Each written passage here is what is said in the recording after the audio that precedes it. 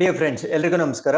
Welcome to ಜ್ಞಾನ Gangotri. So ಇವತ್ತಿನ ಪ್ರಚಲಿತ ಘಟನೆಗಳನ್ನ ಸ್ಟಾರ್ಟ್ ಮಾಡೋದಕ್ಕಿಂತ ಮುಂಚೆ ಜ್ಞಾನ ಗಂಗೋತ್ರಿ ಸಂಸ್ಥೆಯಲ್ಲಿ ಮುಂದಿನ KS ತರಬೇತಿಯನ್ನ ಪ್ರಿಲಿಮ್ಸ್ ಮತ್ತು ಮೇನ್ಸ್ ಗೆ ಸಂಬಂಧಪಟ್ಟಂತೆ ತರಬೇತಿಯನ್ನ 3ನೇ ಆಗಸ್ಟ್ ನಿಂದ ಲಾಂಚ್ ಮಾಡಲಾಗ್ತಾ ಇದೆ. ಸೊ ಅದೇ ರೀತಿಯಾಗಿ police sub inspector, police constable, KPSC group C ಗೆ ಸಂಬಂಧಪಟ್ಟಂತೆ ತರಗತಿಗಳನ್ನ 9ನೇ ಆಗಸ್ಟ್ ನಿಂದ ಲಾಂಚ್ ಮಾಡಲಾಗ್ತಾ ಇದೆ. ಬ್ಯಾಂಕಿಂಗ್ ಗೆ ಸಂಬಂಧಪಟ್ಟಂತೆ ತರಗತಿಗಳನ್ನ 21ನೇ ಜುಲೈನಿಂದ ಲಾಂಚ್ ಮಾಡಲಾಗ್ತಾ ಇದೆ. ಸೊ ಈ ಎಲ್ಲಾ ತರಗತಿಗಳನ್ನ ನೀವು ಹೈಬ್ರಿಡ್ ಮೋಡ್ ನಲ್ಲಿ ಪಡೆದುಕೊಳ್ಳಬಹುದಾಗಿರುತ್ತೆ. ಅಂದ್ರೆ ಬೆಂಗಳೂರಿನ ಜ್ಞಾನ ಗಂಗೋತ್ರಿಯಲ್ಲಿ ನೀವು ನೇರವಾಗಿ ಆಫ್ಲೈನ್ ತರಗತಿಗಳನ್ನ ಪಡೆದುಕೊಳ್ಳಬಹುದು ಅಥವಾ ಆನ್ಲೈನ್ ತರಗತಿಗಳನ್ನ ಕೂಡ ಪಡೆದುಕೊಳ್ಳಿಕ್ಕೆ ಅವಕಾಶ ಇರುತ್ತೆ.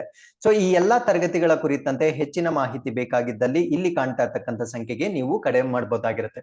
So with this let's get into inquest current affairs for the date of 19 July. So ಈ ಎಲ್ಲ ಪ್ರಚಲಿತ ಘಟನೆಗಳನ್ನ ಇಲ್ಲಿ ಕಾಣ್ತಿರ್ತಕ್ಕಂಥ ಎಲ್ಲ ದಿನಪತ್ರಿಕೆಗಳಿಂದ ನಾವು ಸೋರ್ಸ್ ಮಾಡಿರ್ತೇವೆ.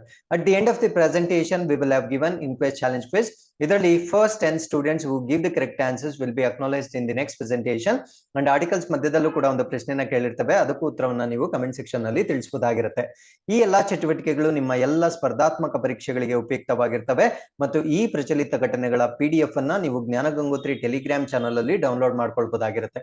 So before getting into today's articles, these are the key answers of InQuest challenge number 213, and we appreciate Vinod, Sunil, Divakar, BB, Shishal, Veerashaiva, Praveen, Suresh, Dikshit, Sanju, and many others also have given correct answers. Thank you very much for your participation. With this, let's get into the first article. So Kerala becomes first state to have own internet service. ಅಂದ್ರೆ ಭಾರತ ದೇಶದಲ್ಲಿ ಕೇರಳ ರಾಜ್ಯವು ತನ್ನದೇ ಆದ ಅಂತರ್ಜಾಲ ಸೇವೆಯನ್ನ ಹೊಂದಿರತಕ್ಕಂತ ಮೊಟ್ಟ ಮೊದಲ ರಾಜ್ಯವಾಗಿ ಹೊರಹೊಮ್ಮಿರುತ್ತೆ. So ಏನಿದು ಇಂಟರ್ನೆಟ್ ಸರ್ವಿಸ್ ಅಂದ್ರೆ, ಫಾರ್ ಎಕ್ಸಾಂಪಲ್ ಇವಾಗ ನಮ್ಗೆ ಏನಾದ್ರೂ ಇಂಟರ್ನೆಟ್ ಬೇಕಾಗಿದ್ರೆ ನಾವು ಏರ್ಟೆಲ್ ಆಗ್ಲಿ, ಜಿಯೋ ಆಗ್ಲಿ, ಅಥವಾ ಆಕ್ಟ್ ಆಗ್ಲಿ, ಅಥವಾ BSNL ಆಗ್ಲಿ, ಸೊ ಇವರಿಗೆ ಕರೆ ಮಾಡಿ ನಾವು ಇಂಟರ್ನೆಟ್ ಸರ್ವಿಸ್ ಅನ್ನ ಪಡೆದುಕೊಳ್ತೇವೆ. ಆದರೆ ಕೇರಳದಲ್ಲಿ ಸರ್ಕಾರದ ವತಿಯಿಂದ ತನ್ನದೇ ಆದ ಒಂದು ಓನ್ ಇಂಟರ್ನೆಟ್ ಸರ್ವಿಸ್ ಅನ್ನ ಅವರು ಸ್ಟಾರ್ಟ್ ಮಾಡಿರ್ತಾರೆ. ಸೊ ಈ ಒಂದು ಕಾರಣದಿಂದ Kerala becomes the first and only state in the country to have its own internet service. ಅಂದ್ರೆ ಕೇರಳ ಈಗ ತನ್ನದೇ ಆದ ಅಂತರ್ಜಾಲ ಸೇವೆಯನ್ನ ಹೊಂದಿರತಕ್ಕಂತ ದೇಶದ ಮೊದಲ ಮತ್ತು ಏಕೈಕ ರಾಜ್ಯವಾಗಿರೋದನ್ನ ನಾವಿಲ್ಲಿ ನೋಡ್ಬೋದಾಗಿರುತ್ತೆ. ಸೊ ಈ ಒಂದು ಕಾರಣದಿಂದ ಅವ್ರು ಏನ್ ಮಾಡಿರ್ತಾರೆ ಅಂದ್ರೆ Kerala fibre optic networks limited ಅನ್ನೋದನ್ನ ಸ್ಥಾಪನೆ ಮಾಡಿರ್ತಾರೆ. ಸೊ ಈ ಒಂದು ಲಿಮಿಟೆಡ್ ನ ಮುಖಾಂತರ ಕೇರಳದಲ್ಲಿ ಇನ್ಮೇಲೆ ಇಂಟರ್ನೆಟ್ ಅನ್ನ ಕೊಡ್ತಕ್ಕಂತ ಒಂದು ವ್ಯವಸ್ಥೆ ಆಗುತ್ತೆ. ಸೊ ಈ ಒಂದು ಲಿಮಿಟೆಡ್ ಏನ್ ಮಾಡಿರ್ತಾರೆ ಅಂದ್ರೆ ಡಿಪಾರ್ಟ್ಮೆಂಟ್ ಆಫ್ ಟೆಲಿಕಮ್ಯುನಿಕೇಶನ್ ಅಥವಾ ದೂರ ಸಂಪರ್ಕ ಇಲಾಖೆ ಅಂತ ನಾವೇನ್ ಕರಿತೀವಿ, ಸೊ ಅವರ ಮುಖಾಂತರ ಇಂಟರ್ನೆಟ್ ಸರ್ವಿಸ್ ಪ್ರೊವೈಡರ್ ಲೈಸೆನ್ಸ್ ಅಥವಾ ಈ ಒಂದು ಅಂತರ್ಜಾಲ ಸೇವಾ ಪೂರೈಕೆದಾರ ಪರವಾನಗಿಯನ್ನ ಪಡೆದುಕೊಂಡು ಸೊ ಈ ಒಂದು ಸರ್ವಿಸ್ ಅನ್ನ ಕೇರಳದಲ್ಲಿ ಸ್ಟಾರ್ಟ್ ಮಾಡಿರುತ್ತೆ. ಸೊ ಈ ಇನಿಷಿಯೇಟಿವ್ ನ ಮೇಜರ್ಲಿ ಏನಕ್ಕೆ ಮಾಡಿದ್ದಾರೆ ಅಂದ್ರೆ to bridge the digital divide in the society. ಅಂದ್ರೆ ಸಮಾಜದಲ್ಲಿ ಈ ಡಿಜಿಟಲ್ ವಿಭಜನೆಯನ್ನ ಕಡಿಮೆ ಮಾಡ್ಲಿಕ್ಕೆ ಮಾಡಿರ್ತಕ್ಕಂಥ ಒಂದು ವ್ಯವಸ್ಥೆ ಇದಾಗಿರುತ್ತೆ. ಸೊ ಕಾರಣ ಏನು ಅಂದ್ರೆ ಎಲ್ಲರಿಗೂ ಇಂಟರ್ನೆಟ್ ನ ಸೌಲಭ್ಯ ಇರೋದಿಲ್ಲ. ಸೊ ಎಲ್ಲರಿಗೂ ಇಂಟರ್ನೆಟ್ ನ ಕೊಡ್ತಕ್ಕಂಥ ಒಂದು ಇನಿಷಿಯೇಟಿವ್ ನ ನಾವು ಬ್ರಿಡ್ಜಿಂಗ್ ದಿ ಡಿಜಿಟಲ್ ಡಿವೈಡ್ ಅಂತ ಕರಿತೇವೆ. ಸೊ ಇವಾಗ ಈ ಒಂದು ಲಿಮಿಟೆಡ್ ಏನಿದೆ ಅಂದ್ರೆ Kerala fibre optic networks limited ಅಂತ ನಾವೇನ್ ಕರೆದ್ವಿ, ಸೊ ಅದರ ಮುಖಾಂತರ ಒಂದು ಸ್ಕೀಮ್ ಅನ್ನ ಕೂಡ ಲಾಂಚ್ ಮಾಡ್ತಾ ಇದ್ದಾರೆ. ಸೊ ಈ ಒಂದು ಸ್ಕೀಮ್ ಅಲ್ಲಿ ಏನ್ ಮಾಡ್ತಾ ಇದ್ದಾರೆ ಅಂದ್ರೆ they are providing free internet for BPL families. ಈ ಬಡತನ ಅಥವಾ ಬಿಲೋ ಪಾವರ್ಟಿ ಲೈನ್ ಅಂತ ನಾವೇನ್ ಕರಿತೀವಿ ಅವರ ಕುಟುಂಬಗಳಿಗೆ ಉಚಿತವಾಗಿ ಇಂಟರ್ನೆಟ್ ಅನ್ನ ಕೊಡ್ಲಾಗುತ್ತೆ. ಸೊ ಇದನ್ನೇ ನಾವು ಹೇಳೋದು ಡಿಜಿಟಲ್ ಡಿವೈಡ್ ಅಂತ. ಸೊ ಇದ್ರ ಜೊತೆಗೆ ಕೇರಳದಲ್ಲಿರ್ತಕ್ಕಂಥ ಗವರ್ನಮೆಂಟ್ ಆಫೀಸಸ್ ಅಂದ್ರೆ ಸರ್ಕಾರಿ ಕಚೇರಿಗಳು ಸ್ವತಂತ್ರ ಒಂದು 30,000 ಸರ್ಕಾರಿ ಕಚೇರಿಗಳಿಗೆ ಉಚಿತವಾಗಿ ಇಂಟರ್ನೆಟ್ ಅನ್ನ ಕೊಡ್ತಕ್ಕಂಥ ಕೆಲಸ ಮಾಡ್ತಾರೆ. So with this we are come to the second article. This article is related to ministry of civil aviation ಅಥವಾ ನಾಗರಿಕ ವಿಮಾನಯಾನ ಸಚಿವಾಲಯಕ್ಕೆ ಸಂಬಂಧಪಟ್ಟಂತೆ ಒಂದು ಪ್ರಾಜೆಕ್ಟ್ ಬಗ್ಗೆ ಡಿಸ್ಕಸ್ ಮಾಡ್ತಾ ಇದ್ದೀವಿ. ಈ ಒಂದು ಪ್ರಾಜೆಕ್ಟ್ ಅನ್ನ ನಾವು ಡಿಜಿ ಯಾತ್ರಾ ಅಂತ ಕರಿತೇವೆ. ಸೊ ಏನಿದು ಡಿಜಿ ಯಾತ್ರಾ ಅಂತ ನಿಮ್ಗೆ ಪರೀಕ್ಷೆಯಲ್ಲಿ ಪ್ರಶ್ನೆ ಕೇಳಿದ್ರೆ, for example if you are travelling in aeroplanes ಅಂದ್ರೆ ನೀವು ಏರೋಪ್ಲೇನ್ಸ್ ಗಳಲ್ಲಿ ಸಂಚಾರ ಮಾಡ್ತಾ ಇದ್ರೆ, ಸೊ ಸಾಮಾನ್ಯವಾಗಿ ಏರ್ಪೋರ್ಟ್ ಹೋದಾಗ ನಮ್ಮ ಒಂದು ಐಡೆಂಟಿಟಿ ಏನಿರುತ್ತೆ ಅದನ್ನ ಚೆಕ್ ಮಾಡ್ತಕ್ಕಂಥ ಒಂದು ಪದ್ಧತಿ ಇರುತ್ತೆ. ಸೊ ಈ ಒಂದು ಐಡೆಂಟಿಫಿಕೇಶನ್ ಚೆಕ್ ಮಾಡ್ತಕ್ಕಂಥ ಒಂದು ಕೆಲಸವನ್ನ ಪ್ರಸ್ತುತವಾಗಿ ಮ್ಯಾನ್ಯುಯಲ್ ಆಗಿ ಮಾಡ್ತಕ್ಕಂಥ ಒಂದು ಪದ್ಧತಿ ಇರುತ್ತೆ. ಸೊ ಇವಾಗ ಆ ಮ್ಯಾನ್ಯುಯಲ್ ಪದ್ಧತಿಯನ್ನ ಬದಲಾಯಿಸಿ ಡಿಜಿಟಲ್ ಪದ್ಧತಿಯನ್ನ ಸ್ಥಾಪನೆ ಮಾಡ್ತಕ್ಕಂಥ ಒಂದು ಪ್ರಾಜೆಕ್ಟ್ ಅನ್ನ ನಾವೇನಂತ ಕರಿತೀವಿ ಅಂದ್ರೆ ಡಿಜಿ ಯಾತ್ರಾ ಅಂತ ಕರಿತೀವಿ. ಸೊ ಡಿಜಿ ಯಾತ್ರಾದಲ್ಲಿ ಅವರು ಪ್ರಮುಖವಾಗಿ ಏನ್ ಮಾಡ್ತಾ ಇದ್ದಾರೆ ಅಂದ್ರೆ ಫೇಶಿಯಲ್ ರೆಕಗ್ನಿಷನ್ ಟೆಕ್ನಾಲಜಿ ಅಥವಾ ಮುಖವನ್ನ ಗುರುತಿಸ್ತಕ್ಕಂತ ಒಂದು ತಂತ್ರಜ್ಞಾನವನ್ನ ಈಗ ಡೆವಲಪ್ ಮಾಡಿರ್ತಾರೆ. ಸೊ ಈ ಒಂದು ಫೇಶಿಯಲ್ ರೆಕಗ್ನಿಷನ್ ಟೆಕ್ನಾಲಜಿ ಏನಿರುತ್ತೆ, ಸೊ ಅದನ್ನ ಬೋರ್ಡಿಂಗ್ ಪಾಸ್ ಅಂತ ನಾವೇನ್ ಕರಿತೀವಿ, ಅಂದ್ರೆ ವಿಮಾನವನ್ನ ನಾವು ಹತ್ತುವುದಕ್ಕಿಂತ ಮುಂಚೆ ಈ ಬೋರ್ಡಿಂಗ್ ಪಾಸ್ ಅಂತದನ್ನ ನಾವು ತೋರಿಸಬೇಕಾಗಿರುತ್ತೆ. ಆ ರೀತಿಯ ಬೋರ್ಡಿಂಗ್ ಪಾಸ್ಗೆ ಇದನ್ನ ಲಿಂಕ್ ಮಾಡೋದ್ರ ಮುಖಾಂತರ ಪೇಪರ್ಲೆಸ್ ಅಥವಾ ಕಾಂಟ್ಯಾಕ್ಟ್ ಲೆಸ್ ಐಡೆಂಟಿಫಿಕೇಶನ್ ಅಥವಾ ವೆರಿಫಿಕೇಶನ್ ಏನಿರುತ್ತೆ, ಸೊ ಅದನ್ನ ಎನೇಬಲ್ ಮಾಡ್ತಕ್ಕಂಥ ಒಂದು ಪ್ರಾಜೆಕ್ಟ್ ಅನ್ನ ನಾವು ಡಿಜಿ ಯಾತ್ರಾ ಅಂತ ಕರಿತೇವೆ. ಸೊ ಈ ಒಂದು ಪ್ರಾಜೆಕ್ಟ್ ಇಂದ ಏನಾಗ್ತಾ ಇದೆ ಅಂದ್ರೆ, it provides for decentralised mobile wallet based identity management platform ಅಂತ ಕರಿತೀವಿ. ಅಂದ್ರೆ ವಿಕೇಂದ್ರೀಕೃತ ಮೊಬೈಲ್ ವ್ಯಾಲೆಟ್ ಆಧಾರಿತ ಗುರುತಿನ ನಿರ್ವಹಣಾ ವೇದಿಕೆ ಇದಾಗಿರುತ್ತೆ. ಸೊ ಇದು ತುಂಬಾ ಕಾಸ್ಟ್ ಎಫೆಕ್ಟಿವ್ ಆಗಿರುತ್ತೆ. ಅಂದ್ರೆ ಈ ಒಂದು ಟೆಕ್ನಾಲಜಿ ದುಬಾರಿ ಏನಾಗಿರೋದಿಲ್ಲ, ತುಂಬಾ ವೆಚ್ಚ ಪರಿಣಾಮಕಾರಿಯಾಗಿರುತ್ತೆ. And addresses privacy and data protection issues, ಅಂದ್ರೆ ಈ ಒಂದು ಗೌಪ್ಯತೆ ಮತ್ತು ಡೇಟಾ ರಕ್ಷಣೆ ಸಮಸ್ಯೆ ಏನಿರುತ್ತೆ, ಸೊ ಅದನ್ನ ಪರಿಹರಿಸತಕ್ಕಂತ ಒಂದು ಯೋಜನೆ ಇದಾಗಿರುತ್ತೆ. ಸೊ ಇದನ್ನ 2 ಫೇಸಸ್ ಅಲ್ಲಿ ಇಂಪ್ಲಿಮೆಂಟ್ ಮಾಡಲಾಗ್ತಾ ಇದೆ. ಫಸ್ಟ್ ಫೇಸ್ ಅಲ್ಲಿ 2 ಏರ್ಪೋರ್ಟ್ಸ್ ಅಲ್ಲಿ ಮಾತ್ರ ಇಂಪ್ಲಿಮೆಂಟ್ ಮಾಡಲಾಗ್ತಾ ಇದೆ. ಯಾವ್ದು ಅಂದ್ರೆ ವಾರಣಾಸಿ ಮತ್ತು ಬೆಂಗಳೂರು ಇಂಟರ್ನ್ಯಾಷನಲ್ ಏರ್ಪೋರ್ಟ್ಸ್ ಅಲ್ಲಿ ಇದನ್ನ ಆಗಸ್ಟ್ 2022ರಿಂದ ಸ್ಟಾರ್ಟ್ ಮಾಡಲಾಗ್ತಾ ಇದೆ. ಸೊ 2ನೇ ಫೇಸ್ ಅಲ್ಲಿ 5 ಏರ್ಪೋರ್ಟ್ಸ್ ಅಲ್ಲಿ ಯಾವ್ದು ಅಂದ್ರೆ ಪುಣೆ, ವಿಜಯವಾಡ, ಕೋಲ್ಕತ್ತಾ, ಡೆಲ್ಲಿ ಮತ್ತು ಹೈದರಾಬಾದ್ ನಲ್ಲಿ ಮುಂದಿನ ವರ್ಷ ಮಾರ್ಚ್ ವೇಳೆಗೆ ಇದನ್ನ ಇಂಪ್ಲಿಮೆಂಟ್ ಮಾಡ್ತಾರೆ. So with this we are come to the third article. This is about initiative on mainstreaming millets in Asia and Africa. ಅಂದ್ರೆ ಏಷ್ಯಾ ಮತ್ತು ಆಫ್ರಿಕಾದಲ್ಲಿ ಈ ಸಿರಿಧಾನ್ಯ ಅಂತ ನಾವೇನ್ ಕರಿತೀವಿ, ಇದನ್ನ ಮುಖ್ಯ ವಾಹಿನಿಗೆ ತರಲಿಕ್ಕೆ ಈಗ ಉಪಕ್ರಮವನ್ನ ಮಾಡ್ತಾ ಇದ್ದಾರೆ. ಸೊ ಯಾರ್ಯಾರು ಮಾಡ್ತಾ ಇದ್ದಾರೆ ಅಂದ್ರೆ, world food programme of India, ಅಂದ್ರೆ ಭಾರತದಲ್ಲಿರ್ತಕ್ಕಂಥ ವರ್ಲ್ಡ್ ಫುಡ್ ಪ್ರೋಗ್ರಾಮ್ ಮತ್ತೆ ನೀತಿ ಆಯೋಗ್ ಇವರಿಬ್ಬರ ಸಹಯೋಗದೊಂದಿಗೆ ಮಿಲ್ಲೆಟ್ಸ್ ಅನ್ನ ಒಂದು ಮುಖ್ಯ ವಾಹಿನಿಗೆ ತರಲಿಕ್ಕೆ ಮಾಡ್ತಾ ಇರ್ತಕ್ಕಂಥ ಒಂದು ಯೋಜನೆ ಆಗಿರುತ್ತೆ. So NITI Aayog and the world food programme India, ಅಂದ್ರೆ ವರ್ಲ್ಡ್ ಫುಡ್ ಪ್ರೋಗ್ರಾಮ್ ಭಾರತದಲ್ಲಿರ್ತಕ್ಕಂಥ ಒಂದು ಯೂನಿಟ್. ಯಾಕಂದ್ರೆ ವರ್ಲ್ಡ್ ಫುಡ್ ಪ್ರೋಗ್ರಾಮ್ ಪ್ರಪಂಚದಾದ್ಯಂತ ಇರತಕ್ಕಂಥ ಒಂದು ಯೂನಿಟ್ ಆಗಿರುತ್ತೆ. ಸೊ ಭಾರತದಲ್ಲೂ ಕೂಡ ಇದರ ಒಂದು ಯೂನಿಟ್ ಇರುತ್ತೆ. ಸೊ ನೀತಿ ಆಯೋಗ್ ಮತ್ತು ಈ ಒಂದು ಯೂನಿಟ್ ಇಬ್ಬರು ಸೇರ್ಕೊಂಡು ಒಂದು mapping and exchange of good practices initiative for main streaming millets in Asia and Africa ಅಂತಕ್ಕಂಥ ಒಂದು ಇನಿಷಿಯೇಟಿವ್ ನ ಲಾಂಚ್ ಮಾಡಿರ್ತಾರೆ. ಅಂದ್ರೆ ಮ್ಯಾಪಿಂಗ್ ಮತ್ತು ಉತ್ತಮ ಅಭ್ಯಾಸಗಳ ವಿನಿಮಯ ಅಂತಕ್ಕಂಥ ಉಪಕ್ರಮವನ್ನ ನೀತಿ ಆಯೋಗ್ ಮತ್ತೆ WFP ವತಿಯಿಂದ ಈಗ ಲಾಂಚ್ ಮಾಡಿರ್ತಾರೆ. ಸೊ ಇದರಲ್ಲಿ ಏನ್ ಮಾಡ್ತಾ ಇದ್ದಾರೆ ಅಂದ್ರೆ, they are trying to scale up the production and consumption of millets in India and abroad. ಅಂದ್ರೆ ಭಾರತ ಮತ್ತು ವಿದೇಶಗಳಲ್ಲಿ, though it is launched in India, ಅಂದ್ರೆ ಭಾರತದಲ್ಲಿ ಈ ಇನಿಷಿಯೇಟಿವ್ ನ ಲಾಂಚ್ ಮಾಡಿದ್ರು ಕೂಡ ಇದರ ಪ್ರಮುಖವಾದ ಉದ್ದೇಶ ಏನು ಅಂದ್ರೆ ಸಿರಿಧಾನ್ಯಗಳ ಉತ್ಪಾದನೆ ಮತ್ತು ಅದನ್ನ ಬಳಕೆಯನ್ನ ಹೆಚ್ಚು ಮಾಡ್ತಕ್ಕಂಥದ್ದು ಇದರ ಪ್ರಮುಖವಾದ ಒಂದು ಉದ್ದೇಶವಾಗಿರುತ್ತೆ. ಸೊ ಹಾಗಿದ್ರೆ ಇದೇ ಒಂದು ಆರ್ಟಿಕಲ್ ಜೊತೆಗೆ ನಾವು ವರ್ಲ್ಡ್ ಫುಡ್ ಪ್ರೋಗ್ರಾಮ್ ಬಗ್ಗೆ ಕಂಪ್ಲೀಟ್ ಆಗಿ ಡಿಸ್ಕಸ್ ಮಾಡ್ತಾ ಬರೋಣ. ಸೊ ಇದನ್ನ ನಾವೇನಂತ ಕರಿತೀವಿ ಅಂದ್ರೆ food assistance branch of United Nations ಅಂತ ಕರಿತೀವಿ. ಅಂದ್ರೆ ನಮ್ಮ ವಿಶ್ವಸಂಸ್ಥೆಯ ಆಹಾರ ಸಹಾಯ ಶಾಖೆಯನ್ನ ನಾವು ವಿಶ್ವ ಆಹಾರ ಕಾರ್ಯಕ್ರಮ ಅಂತ ಕರಿತೇವೆ. It is the world's largest humanitarian organisation focuses on hunger and food security. ಅಂದ್ರೆ ಇದು ಪ್ರಪಂಚದಲ್ಲಿರ್ತಕ್ಕಂಥ ಅತಿ ದೊಡ್ಡ ಮಾನವೀಯ ಸಂಸ್ಥೆಯಾಗಿರುತ್ತೆ. ಇದು ಹಸಿವು ಮತ್ತು ಆಹಾರ ಭದ್ರತೆ ಮೇಲೆ ಕೇಂದ್ರೀಕರಣ ಮಾಡ್ತಕ್ಕಂಥ ಒಂದು ವ್ಯವಸ್ಥೆ ಆಗಿರುತ್ತೆ. And largest provider of school meals, ಅಂದ್ರೆ ಶಾಲೆಗಳಲ್ಲಿ ಊಟವನ್ನ ಒದಗಿಸ್ತಕ್ಕಂಥ ಅತಿ ದೊಡ್ಡ ಪೂರೈಕೆದಾರೆಯನ್ನ ನಾವು ವರ್ಲ್ಡ್ ಫುಡ್ ಪ್ರೋಗ್ರಾಮ್ ಅಂತ ಕರಿತೀವಿ. So this was founded in 1961, 1961ರಲ್ಲಿ ಇದನ್ನ ಸ್ಥಾಪನೆ ಮಾಡಲಾಗಿರುತ್ತೆ. ಸೊ ಇದರ ಹೆಡ್ ಕ್ವಾರ್ಟರ್ಸ್ ಅಥವಾ ಕೇಂದ್ರ ಕಚೇರಿಯನ್ನ ನಾವು ರೋಮ್ ನಲ್ಲಿ ನೋಡಬಹುದಾಗಿರುತ್ತೆ. ಸೊ ಅದರ ಜೊತೆಗೆ 80 ಪ್ರಾದೇಶಿಕ ಕಚೇರಿಗಳನ್ನ ನೋಡಬಹುದಾಗಿರುತ್ತೆ. ಸೊ ಈ ರೀತಿಯ ಪ್ರಾದೇಶಿಕ ಕಚೇರಿ ಭಾರತದಲ್ಲೂ ಕೂಡ ಇರುತ್ತೆ. ಸೊ ಆ ಒಂದು ಕಚೇರಿಯ ಮುಖಾಂತರ ಈಗ ಮಿಲ್ಲೆಟ್ಸ್ ಗೆ ಸಂಬಂಧಪಟ್ಟಂತೆ ಒಂದು ಕಾರ್ಯಕ್ರಮವನ್ನ ನೀತಿ ಆಯೋಗದೊಂದಿಗೆ ಲಾಂಚ್ ಮಾಡ್ತಾ ಇದ್ದಾರೆ. ಸೊ ಈ ಒಂದು ಫುಡ್ ಪ್ರೋಗ್ರಾಮ್ ಏನಿರುತ್ತೆ, ಸೊ ಇದರಲ್ಲಿ ಆಹಾರಕ್ಕೆ ಸಂಬಂಧಪಟ್ಟಂತೆ ಲಾಟ್ ಆಫ್ ಇನಿಷಿಯೇಟಿವ್ ನ ಮಾಡ್ತಾ ಬರ್ತಾರೆ. ಫಾರ್ ಎಕ್ಸಾಂಪಲ್ ಟೆಕ್ನಿಕಲ್ ಅಸಿಸ್ಟೆನ್ಸ್ ಆಗಿರ್ಬೋದು, ಡೆವಲಪ್ಮೆಂಟ್ ಏಡ್ ಆಗಿರ್ಬೋದು, ಬಿಲ್ಡಿಂಗ್ ಕೆಪಾಸಿಟಿ ಮತ್ತೆ ಎಮರ್ಜೆನ್ಸಿ ಪ್ರಿಪೇರ್ಡ್ನೆಸ್ ಮತ್ತೆ ರೆಸ್ಪಾನ್ಸ್ ಏನಿರ್ಬೋದು, ಈ ರೀತಿಯಾಗಿ ಆಹಾರಕ್ಕೆ ಸಂಬಂಧಪಟ್ಟಂತೆ ಎಲ್ಲ ಇನಿಷಿಯೇಟಿವ್ಸ್ ನ ಇವರು ಕೈಗೊಳ್ತಾ ಬರ್ತಾರೆ. ಹಾಗಿದ್ರೆ ಈ ಎಲ್ಲ ಇನಿಷಿಯೇಟಿವ್ಸ್ ನ ಮಾಡ್ಬೇಕಾದ್ರೆ ಅವ್ರಿಗೆ ಮ್ಯಾನ್ ಪವರ್ ಬೇಕಾಗಿರುತ್ತೆ ಅಥವಾ ಹ್ಯೂಮನ್ ರಿಸೋರ್ಸ್ ಬೇಕಾಗಿರುತ್ತೆ.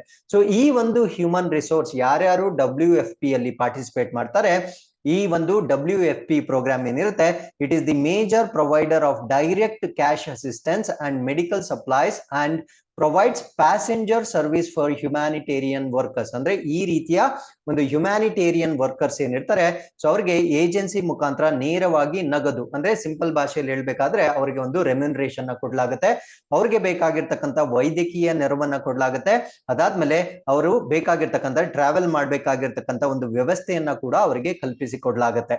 ಸೊ ಅದಾದ್ಮೇಲೆ WFP ಅಂತಕ್ಕಂಥದ್ದು executive member of the United nation sustainable development group. ಅಂದ್ರೆ ನಮ್ಮ ಒಂದು ಯುನೈಟೆಡ್ ನೇಷನ್ಸ್ ನ ಸಸ್ಟೈನಬಲ್ ಡೆವಲಪ್ಮೆಂಟ್ ಗ್ರೂಪ್ ಏನಿರುತ್ತೆ, ಸೊ ಅದರ ಕಾರ್ಯಕಾರಿ ಸದಸ್ಯನಾಗಿ ಇದು ಕೆಲಸ ಮಾಡುತ್ತೆ. ಸೊ ಅದಾದ್ಮೇಲೆ ಈ ಸಸ್ಟೈನಬಲ್ ಡೆವಲಪ್ಮೆಂಟ್ ಗೋಲ್ಸ್ 17 ಸುಸ್ಥಿರ ಅಭಿವೃದ್ಧಿ ಗುರಿಗಳೇನಿರ್ತವೆ, ಸೊ ಅದನ್ನ ಅಚೀವ್ ಮಾಡ್ತಕ್ಕಂಥ ಒಂದು ಯೂನಿಟ್ ನ ನಾವು WFP ಅಂತ ಕರಿತೀವಿ. ಸೊ ಈ 17 ಸಸ್ಟೈನಬಲ್ ಡೆವಲಪ್ಮೆಂಟ್ ಗೋಲ್ಸ್ ಅಲ್ಲಿ ಎರಡನೇ ಸಸ್ಟೈನಬಲ್ ಡೆವಲಪ್ಮೆಂಟ್ ಗೋಲ್ ಏನಿರುತ್ತೆ, ಸೊ ಅದನ್ನ ನಾವೇನಂತ ಕರಿತೀವಿ ಅಂದ್ರೆ ಝೀರೋ ಹಂಗರ್ ಬೈ 2030 ಅಂತ ಕರಿತೀವಿ. ಅಂದ್ರೆ 2030 ವೇಳೆಗೆ ಶೂನ್ಯ ಹಸಿವನ್ನ ಸಾಧಿಸ್ತಕ್ಕಂಥದ್ದು WFP ಯ ಪ್ರಮುಖವಾದ ಒಂದು ಟಾರ್ಗೆಟ್ ಆಗಿರುತ್ತೆ. ಸೊ ಈ ಒಂದು WFP ಗೆ ಅವರ ಒಂದು ಸೇವೆಯನ್ನ ರೆಕಗ್ನೈಸ್ ಮಾಡಿಕೊಂಡು 2020ನೇ ಇಸ್ವಿಯಲ್ಲಿ ನೊಬೆಲ್ ಪೀಸ್ ಪ್ರೈಸ್ ಅನ್ನ ಕೂಡ ಕೊಟ್ಟಿರ್ತಾರೆ. So this is also one of the important update that you need to remember with respect to world food programme. So ಇದರ ಹೆಡ್ ಕ್ವಾರ್ಟರ್ಸ್ ನಾನು ಆಲ್ರೆಡಿ ಹೇಳಿದ್ದೀನಿ. ಸೊ ಇಟಲಿಯಲ್ಲಿ ಇರ್ತಕ್ಕಂಥ ರೋಮ್ ನಲ್ಲಿ ಇದನ್ನ ನಾವು ನೋಡಬಹುದಾಗಿರುತ್ತೆ. ಸೊ ಇದರ ಮುಖ್ಯಸ್ಥರನ್ನ ನಾವು ಡೇವಿಡ್ ಬೀಸ್ಲಿ ಅಂತ ಕರಿತೇವೆ. ಸೊ ಇದರ ಪೇರೆಂಟ್ ಆರ್ಗನೈಸೇಷನ್ ಬಂದು ಯುನೈಟೆಡ್ ನೇಷನ್ ಜನರಲ್ ಅಸೆಂಬ್ಲಿ ಆಗಿರುತ್ತೆ. So with this we are come to the fourth article. This is about first ever made in India surgical robotic system. ಅಂದ್ರೆ ಈ ಒಂದು ಶಸ್ತ್ರಚಿಕಿತ್ಸೆಯನ್ನ ಮಾಡ್ಲಿಕ್ಕೆ ಇಷ್ಟ ದಿನ ನೇರವಾಗಿ ವೈದ್ಯರು ಈ ಒಂದು ಶಸ್ತ್ರಚಿಕಿತ್ಸೆಯನ್ನ ಮಾಡ್ತಾ ಇದ್ರು, ಆದರೆ ಭಾರತದಲ್ಲಿ ಈಗ ಮೊಟ್ಟ ಮೊದಲ ಬಾರಿಗೆ ರೋಬೋಟಿಕ್ ವ್ಯವಸ್ಥೆಯಿಂದ ಮಾಡ್ತಕ್ಕಂಥ ಒಂದು ಸರ್ಜರಿಯನ್ನ ಈಗ ಡೆವಲಪ್ ಮಾಡಿರ್ತಾರೆ. ಸೊ ಇದ್ರ ಬಗ್ಗೆ ನಾವು ಕಂಪ್ಲೀಟ್ ಆಗಿ ಡಿಸ್ಕಸ್ ಮಾಡ್ತಾ ಬರೋಣ. ಸೊ ಯಾರು ಇದನ್ನ ಬೇಸಿಕಲಿ ಡೆವಲಪ್ ಮಾಡಿದ್ದಾರೆ ಅಂದ್ರೆ ರಾಜೀವ್ ಗಾಂಧಿ ಕ್ಯಾನ್ಸರ್ ಇನ್ಸ್ಟಿಟ್ಯೂಟ್ ಮತ್ತೆ research centre has installed first ever made in India surgical robotic system. So ಆ ಒಂದು ಸಿಸ್ಟಮ್ ನ ನಾವೇನಂತ ಕರಿತೀವಿ ಅಂದ್ರೆ SSI ಮಂತ್ರ ಅಂತ ಕರಿತೀವಿ. ಇದನ್ನ ಜ್ಞಾಪಕ ಇಟ್ಕೊಳ್ಳಿ. ಸೊ SSI ಮಂತ್ರ ಏನು ಅಂದ್ರೆ ಈ ರಾಬೋಟಿಕ್ ಸಿಸ್ಟಮ್ ನ ಉಪಯೋಗಿಸ್ಕೊಂಡು ಮಾಡ್ತಕ್ಕಂಥ ಒಂದು ಶಸ್ತ್ರಚಿಕಿತ್ಸೆ ಆಗಿರುತ್ತೆ.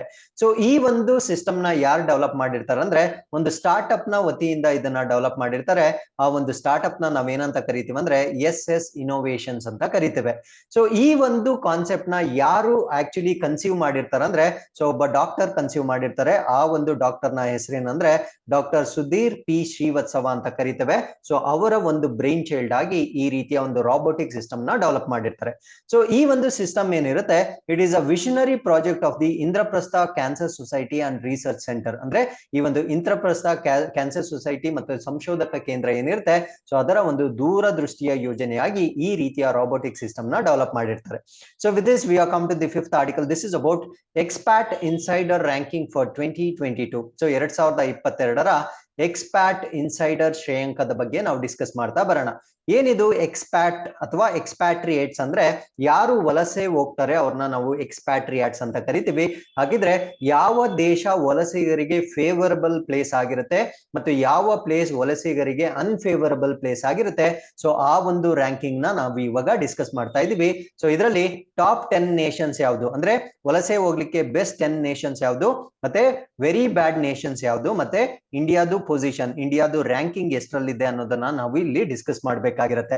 So New Zealand has been ranked as the one of the least preferred destination by expatriates. ಅಂದ್ರೆ ಈ ಒಂದು ನ್ಯೂಜಿಲೆಂಡ್ ಕಂಟ್ರಿಯಲ್ಲಿ ಇರುತ್ತೆ, ಸೊ ಇದು ವಲಸಿಗರಿಗೆ ಕಡಿಮೆ ಆದ್ಯತೆಯ ತಾಣವಾಗಿ ಈಗ ಡಿಕ್ಲೇರ್ ಮಾಡಿರ್ತಾರೆ. ಯಾಕಂದ್ರೆ ಸೊ ನ್ಯೂಜಿಲೆಂಡ್ ಅಂತಕ್ಕಂಥದ್ದು ತುಂಬಾ ಎಕ್ಸ್ಪೆನ್ಸಿವ್ ಪ್ಲೇಸ್ ಆಗಿರೋದ್ರಿಂದ ಸೊ ವಲಸಿಗರಿಗೆ ಅದು ಪ್ರಿಫರಬಲ್ ಆಗಿರ್ತಕ್ಕಂಥ ಒಂದು ಪ್ಲೇಸ್ ಆಗಿಲ್ಲ ಅಂತ ಸೊ ಎಕ್ಸ್ಪ್ಯಾಟ್ ಇನ್ಸೈಡರ್ ರ್ಯಾಂಕಿಂಗ್ ಫಾರ್ 2022 ಮುಖಾಂತರ ಅದನ್ನ ನಿರ್ಧಾರವನ್ನ ಮಾಡಿರ್ತಾರೆ.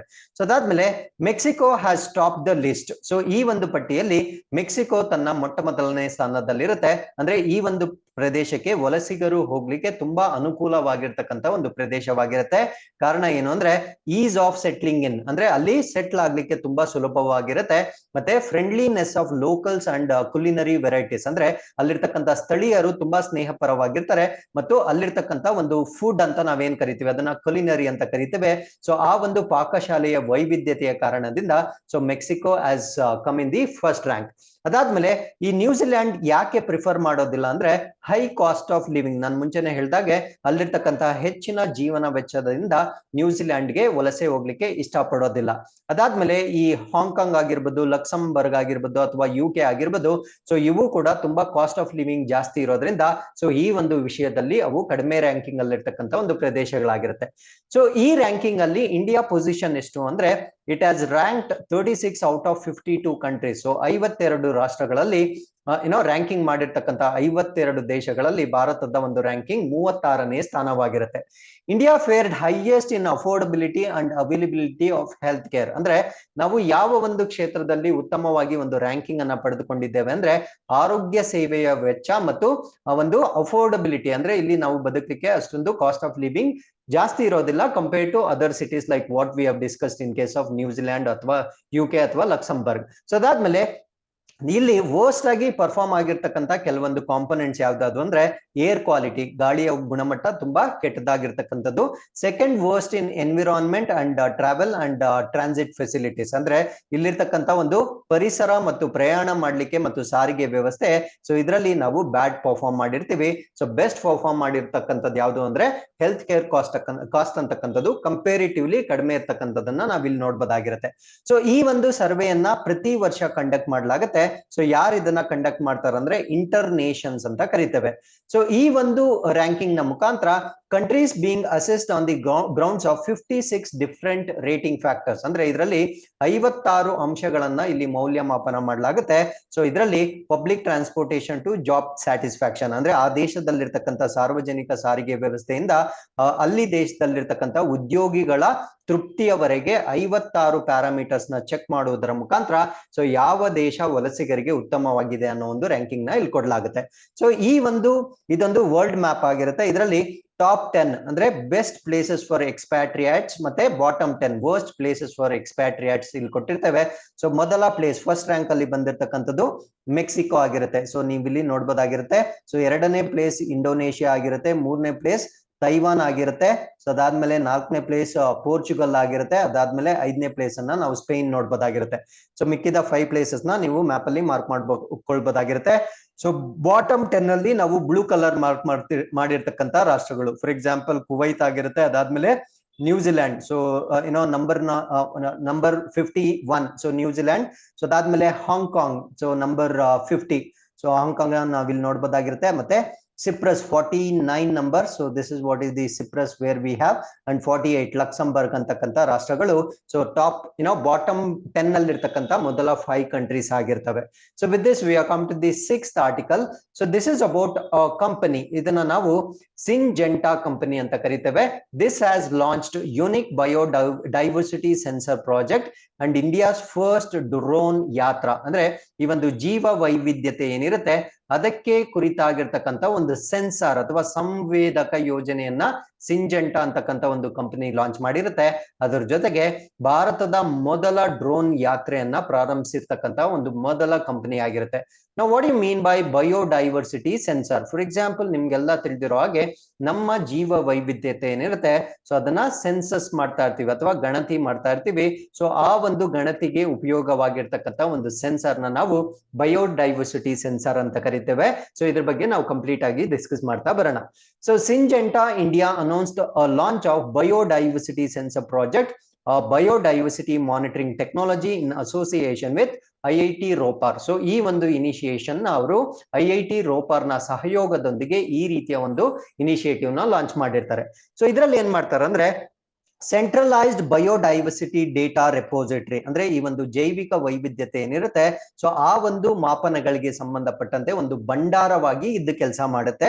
ಅದಾದ್ಮೇಲೆ it can be shared and tracked with a goal of accelerating and accuracy of the biodiversity measures across the planet. So ನಮ್ಮ ಒಂದು ಪ್ಲಾನೆಟ್ ನಲ್ಲಿ ಈ ಬಯೋಡೈವರ್ಸಿಟಿ ಒಂದು ಮ್ಯಾಪಿಂಗ್ ಏನ್ ಮಾಡ್ತಾರೆ ಅದರಲ್ಲಿ ನಿಖರತೆಯನ್ನ ಕಾಪಾಡ್ಲಿಕ್ಕೆ, ಅಂದ್ರೆ ಈ ಒಂದು ಸಂಖ್ಯೆಗಳ ಆಧಾರದ ಮೇಲೆ ನಾವು ಪಾಲಿಸೀಸ್ ನ ಮಾಡ್ಲಿಕ್ಕೆ ಸಾಧ್ಯ ಆಗುತ್ತೆ.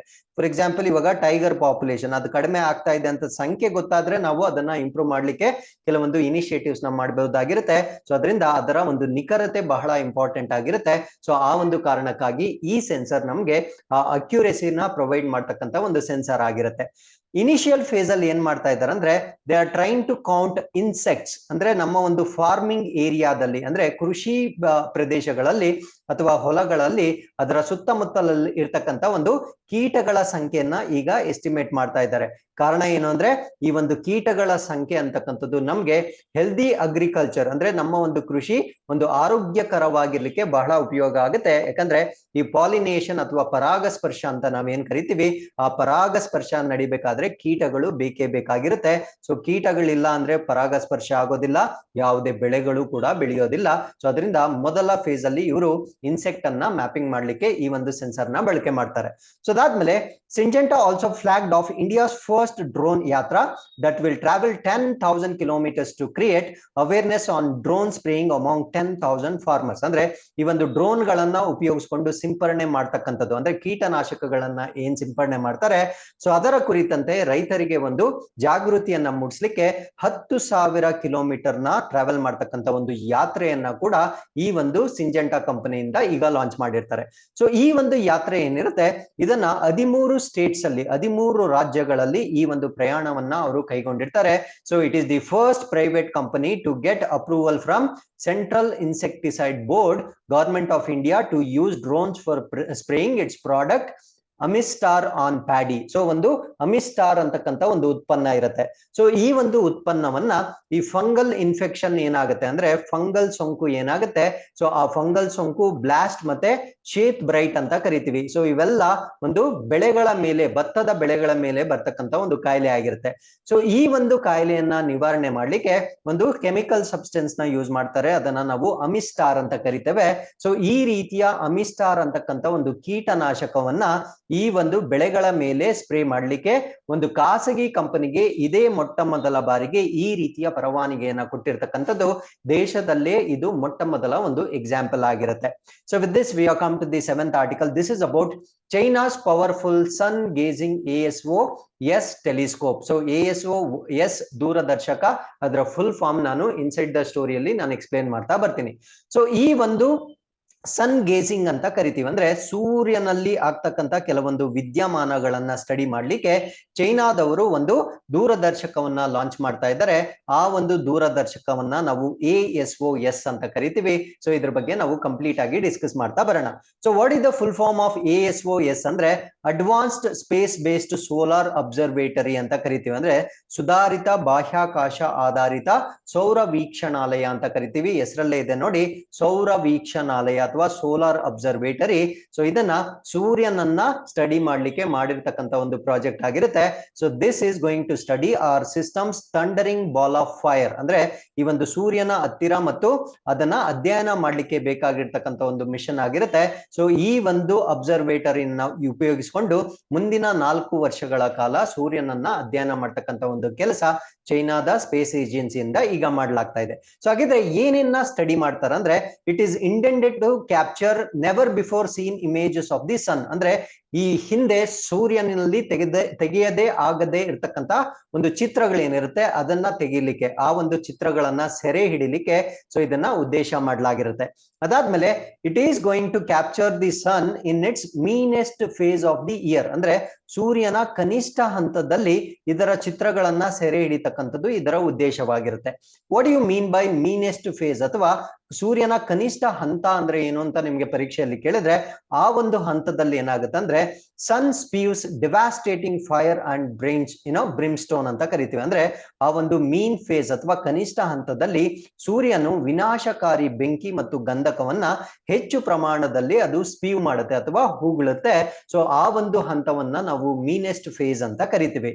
ಸೊ ಈ ಒಂದು ಅಬ್ಸರ್ವೇಟರಿ ಏನಿದೆ, ಸೊ ಇದರಲ್ಲಿ ಇನ್ನೂ ಕೆಲವೊಂದು ಕಾಂಪೊನೆಂಟ್ಸ್ ನ ಸ್ಟಡಿ ಮಾಡ್ತಾರೆ. ಅದರಲ್ಲಿ ಪ್ರಮುಖವಾಗಿ ಸೋಲಾರ್ ಫ್ಲೇರ್ಸ್ ಅಂತ ಕರಿತೀವಿ, ಅಂದ್ರೆ ಸೌರ ಜ್ವಾಲೆಗಳು ಅಂತ ಕರಿತೇವೆ.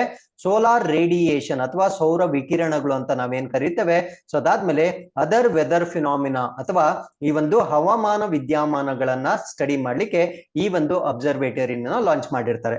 ಸೊ ಈ ಒಂದು ಅಬ್ಸರ್ವೇಟರಿ ಬಗ್ಗೆ ಒಂದು ಟೆಕ್ನಿಕಲ್ ಸ್ಪೆಸಿಫಿಕೇಶನ್ಸ್ ನಾವು ನೋಡೋದಾದ್ರೆ ಇದು 888 ಕಿಲೋಗ್ರಾಮ್ಸ್ ಇರ್ತಕ್ಕಂಥ ಒಂದು ಅಬ್ಸರ್ವೇಟರಿ ಆಗಿರುತ್ತೆ. ಸೊ ಇದನ್ನ ಅಕ್ಟೋಬರ್ 20 ಅಂದ್ರೆ ಈ ವರ್ಷದ ಅಕ್ಟೋಬರ್ 20ನೇ ತಾರೀಕಿನಂದು Jiuquan satellite launch center in Gobi desert, ಅಂದ್ರೆ ಚೀನಾದ ಒಂದು ಗೋಬಿ ಮರುಭೂಮಿಯಲ್ಲಿ ಬರ್ತಕ್ಕಂತ ಜಾಕ್ವಾನ್ ಉಪಗ್ರಹ ಉಡಾವಣಾ ಕೇಂದ್ರದಿಂದ ಇದನ್ನ ಲಾಂಚ್ ಮಾಡಲಾಗುತ್ತೆ. ಸೊ ಇದೇ ರೀತಿಯಾಗಿ ಸೂರ್ಯನನ್ನ ಸ್ಟಡಿ ಮಾಡ್ಲಿಕ್ಕೆ ನಾಸಾದವರು ಕೂಡ ಲಾಂಚ್ ಮಾಡಿರ್ತಾರೆ.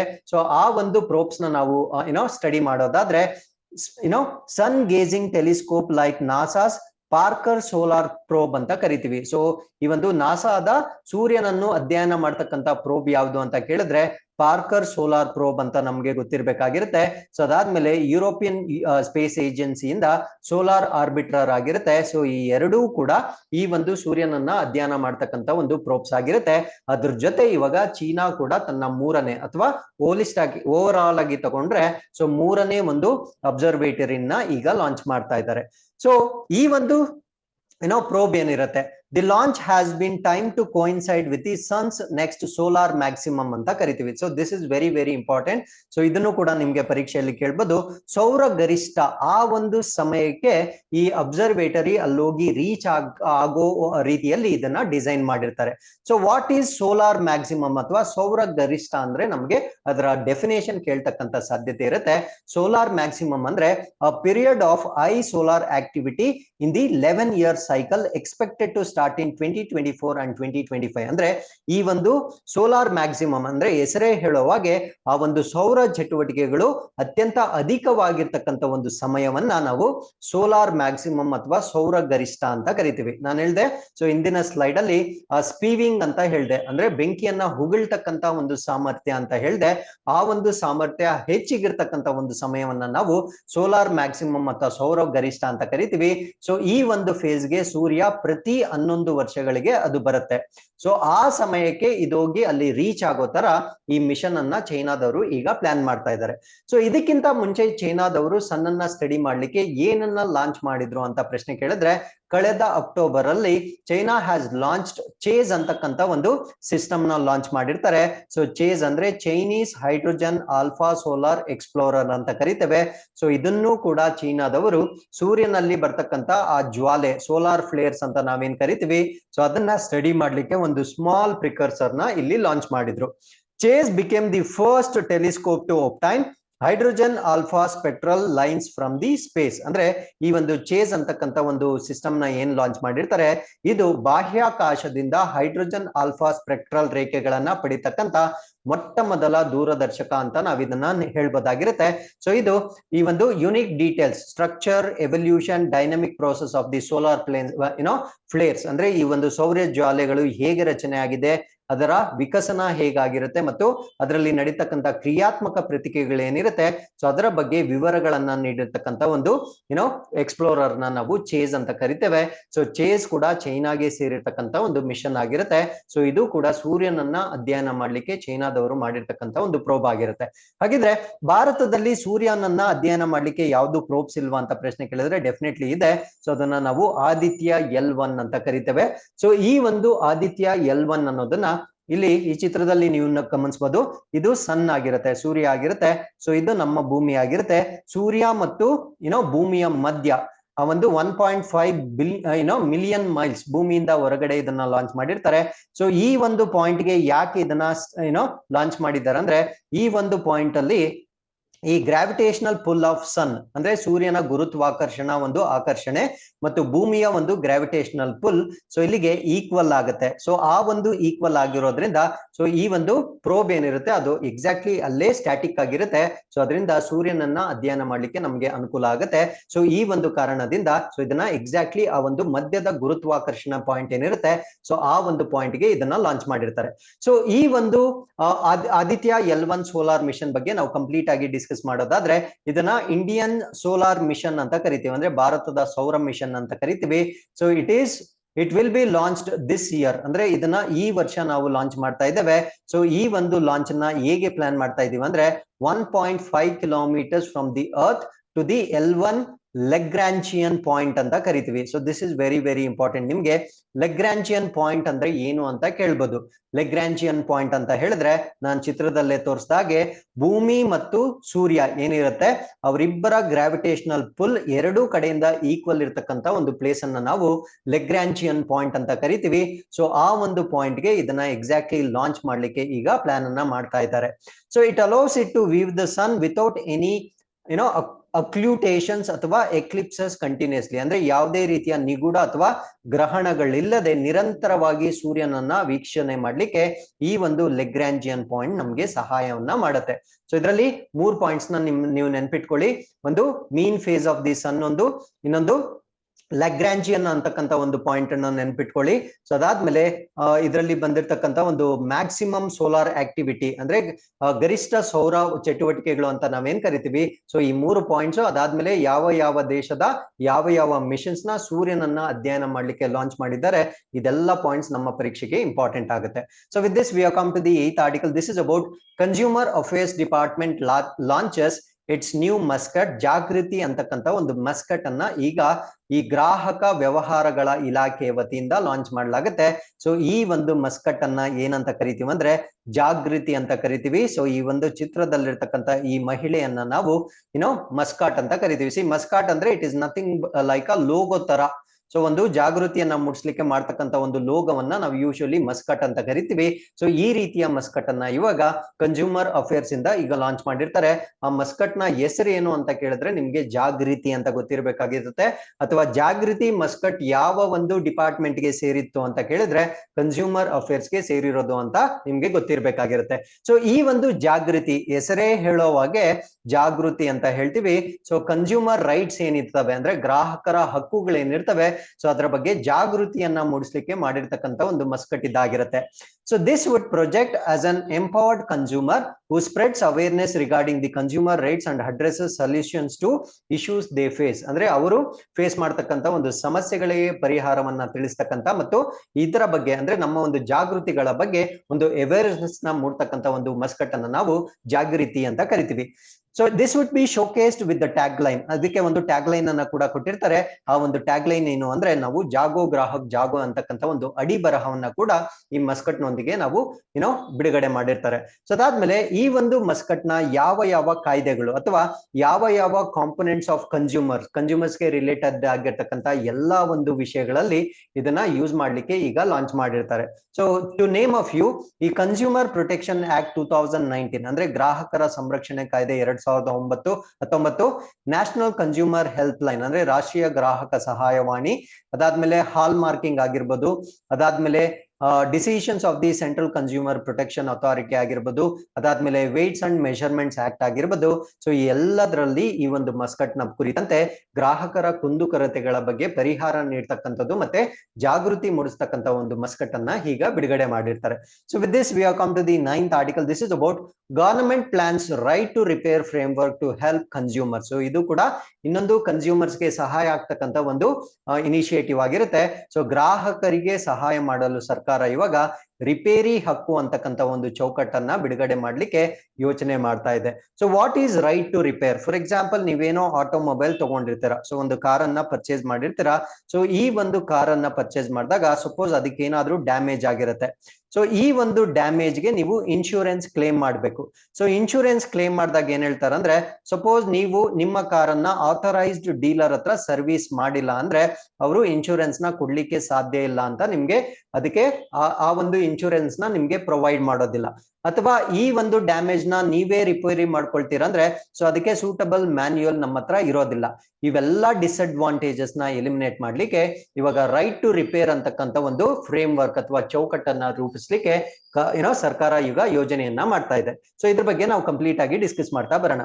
So union government is working on right to repair framework to cut down restrictive practices introduced by some manufacturers. ಅಂದ್ರೆ ಕೆಲವೊಂದು ಮ್ಯಾನುಫ್ಯಾಕ್ಚರರ್ಸ್ ಏನಿದ್ದಾರೆ, ಸೊ ಅವರು ರೆಸ್ಟ್ರಿಕ್ಟಿವ್ ಅಂದ್ರೆ ನಮ್ಮ ಒಂದು ಗ್ರಾಹಕರಿಗೆ ಕೆಲವೊಂದು ನಿಬಂಧನೆಗಳನ್ನ ಹೇರಿರ್ತಾರೆ.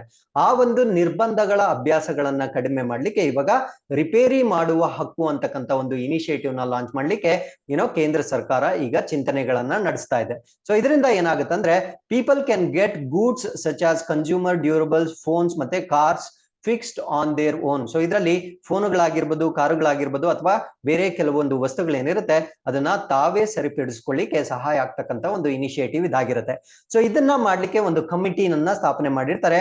ಆ ಒಂದು ಕಮಿಟಿಯ ಮುಖ್ಯಸ್ಥರು ಯಾರಾಗಿರ್ತಾರೆ ಅಂದ್ರೆ ನಿಧಿ ಖಾರೆ ಅಂತಕ್ಕಂಥವರ ನೇತೃತ್ವದಲ್ಲಿ ಒಂದು ಕಮಿಟಿಯನ್ನ ಮಾಡಿರ್ತಾರೆ. ಸೊ ಇವರು additional secretary at the department of consumer affairs ಆಗಿರ್ತಾರೆ.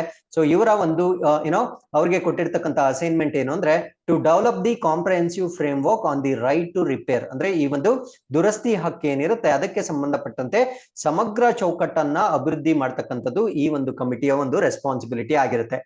ಸೊ ಈ ಒಂದು ರೈಟ್ ಟು ರಿಪೇರ್ ಅಂತಕ್ಕಂಥದ್ದು ಯಾಕೆ ನಮ್ಗೆ ಇಂಪಾರ್ಟೆಂಟ್ ಆಗುತ್ತೆ ಅಂದ್ರೆ there is a monopoly on repair processes infringes the customers right to choose. ಅಂದ್ರೆ ಈ ಒಂದು ಗ್ರಾಹಕರಿಗೆ ಒಂದು ಹಕ್ಕು, ಅದನ್ನ ನಾವು ಆಯ್ಕೆ ಮಾಡ್ತಕ್ಕಂತ ಹಕ್ಕು ಅಂತ ನಾವೇನ್ ಕರಿತೀವಿ. ಸೊ ಈ ಒಂದು ಹಕ್ಕನ್ನ ಈಗ ಕೆಲವೊಂದು ಕಂಪನಿಗಳು ಏಕಸ್ವಾಮ್ಯವನ್ನ ಮಾಡೋದ್ರ ಮುಖಾಂತರ ಇದನ್ನ ಉಲ್ಲಂಘನೆ ಮಾಡ್ತಾ ಇದ್ದಾರೆ. ಫಾರ್ ಎಕ್ಸಾಂಪಲ್, ಇವಾಗ ಒಂದ್ ಸ್ಮಾಲ್ ರಿಪೇರ್ ಇರುತ್ತೆ, ಆ ಒಂದು ಸ್ಮಾಲ್ ರಿಪೇರ್ಗೆ ಒಂದ್ ಸರಳವಾದ ಒಂದು ಮ್ಯಾನ್ಯುಯಲ್ ಇದ್ರೆ ನಮ್ಗೆ ಸಾಕಾಗುತ್ತೆ. ಸೊ ಆ ಒಂದು ಮ್ಯಾನ್ಯುಯಲ್ ನ ಅವರು ಪ್ರೊವೈಡ್ ಮಾಡೋದಿಲ್ಲ. ಯಾಕೆ ಪ್ರೊವೈಡ್ ಮಾಡೋದಿಲ್ಲ ಅಂದ್ರೆ ಆ ಒಂದು ರಿಪೇರ್ಗೆ ನಾವು ಅವ್ರ ಹತ್ರ ಹೋಗ್ಬೇಕಾಗಿರುತ್ತೆ.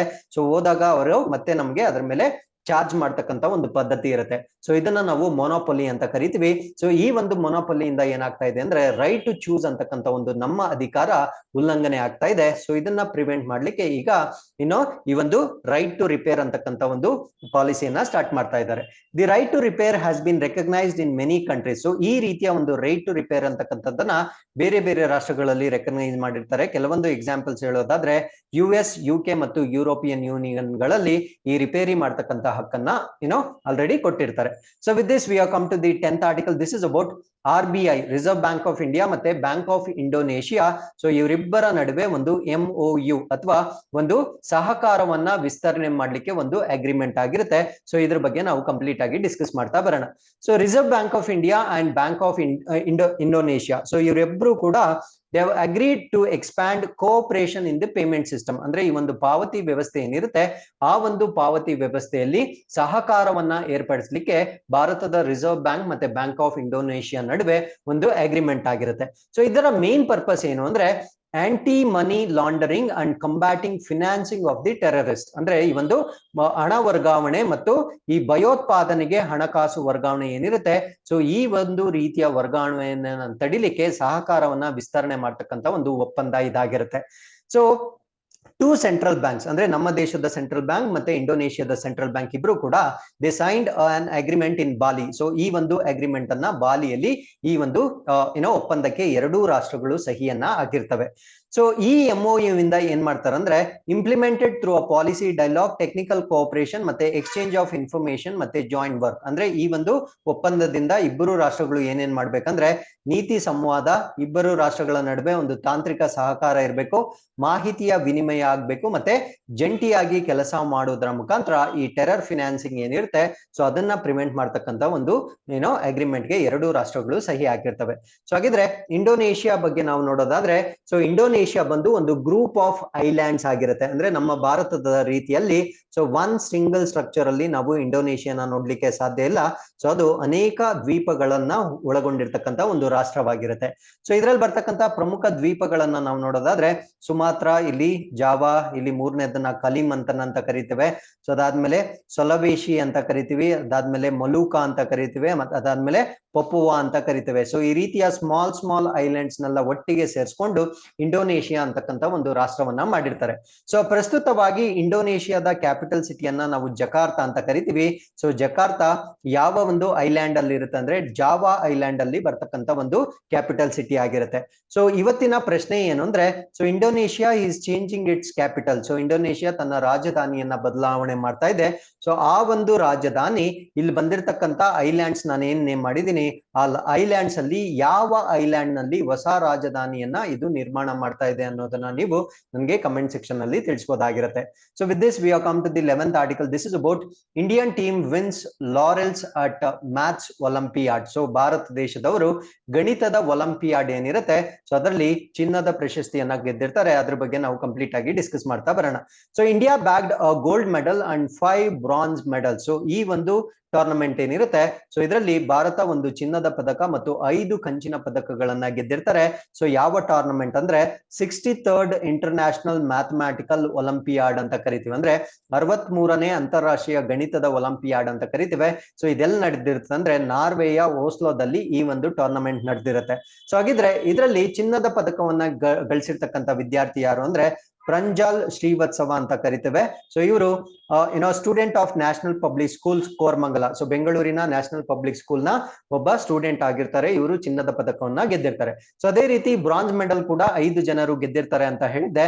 ಸೊ 5 ಜನರನ್ನ ನಾವು ಇಲ್ಲಿ ಬ್ಲೂ ಕಲರ್ ಅಲ್ಲಿ ಮಾರ್ಕ್ ಮಾಡಿರ್ತೇವೆ. So you can just go through the information. So ಈ ಚಿನ್ನದ ಪದಕವನ್ನ ಗೆದ್ದಿರ್ತಕ್ಕಂಥ ಶ್ರೀವತ್ಸವ ಅಂತ ನಾವೇನು ಇಷ್ಟೊತ್ತು ಡಿಸ್ಕಸ್ ಮಾಡಿದ್ವಿ, ಸೊ ಅವರು ಈ ಒಂದು ಪದಕವನ್ನ ಸತತವಾಗಿ 3ನೇ ವರ್ಷ ಗೆಲ್ತಕ್ಕಂಥ ಒಂದು ಅಚೀವ್ಮೆಂಟ್ ಅವರದಾಗಿರುತ್ತೆ.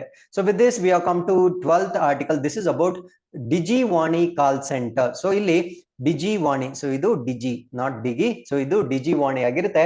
ಸೊ ಪ್ರೀವಿಯಸ್ಲಿ ನಾವು ಡಿಜಿ ಯಾತ್ರಾ ಅಂತ ಡಿಸ್ಕಸ್ ಮಾಡಿದ್ವಿ. ಸೊ ಡಿಜಿ ಯಾತ್ರಾ ಮತ್ತೆ ಡಿಜಿವಾಣಿ ಎರಡು ಕೂಡ ಕನ್ಫ್ಯೂಸ್ ಆಗಬೇಡಿ. ಡಿಜಿವಾಣಿ ಅಂತಕ್ಕಂಥದ್ದು ಒಂದು ಕಾಲ್ ಸೆಂಟರ್ ಆಗಿರುತ್ತೆ. ಸೊ ಡಿಜಿ ಯಾತ್ರಾ ಅಂತಕ್ಕಂಥದ್ದನ್ನ ನಾವು ಆಲ್ರೆಡಿ ಡಿಸ್ಕಸ್ ಮಾಡಿದ್ವಿ. ಅದು ಏರ್ಪೋರ್ಟ್ಸ್ ಗೆ ಸಂಬಂಧಪಟ್ಟಿರ್ತಕ್ಕಂಥ ಒಂದು ಇನಿಷಿಯೇಟಿವ್ ಆಗಿರುತ್ತೆ. ನಾವು what you mean by ಡಿಜಿವಾಣಿ call centre ಅನ್ನೋದನ್ನ ಡಿಸ್ಕಸ್ ಮಾಡೋದಾದ್ರೆ, ಈ ಫಿಮೇಲ್ ವಿಮೆನ್ ಅಗ್ರಿಕಲ್ಚರರ್ಸ್ ಯಾರ್ಯಾರು ಇರ್ತಾರೆ ಅಂದ್ರೆ ಮಹಿಳಾ ಕೃಷಿಕರು ಅಂತ ನಾವೇನ್ ಕರಿತೀವಿ. ಸೊ ಆ ಒಂದು ಮಹಿಳಾ ಕೃಷಿಕರಿಗೆ ಒಂದು ಸಪೋರ್ಟ್ ಮಾಡ್ತಕ್ಕಂಥ ಒಂದು ಕಾಲ್ ಸೆಂಟರ್ ಅನ್ನ ನಾವು ಡಿಜಿ ಕಾಲ್ ಸೆಂಟರ್ ಅಥವಾ ಡಿಜಿವಾಣಿ ಅಂತ ಕರಿತೀವಿ.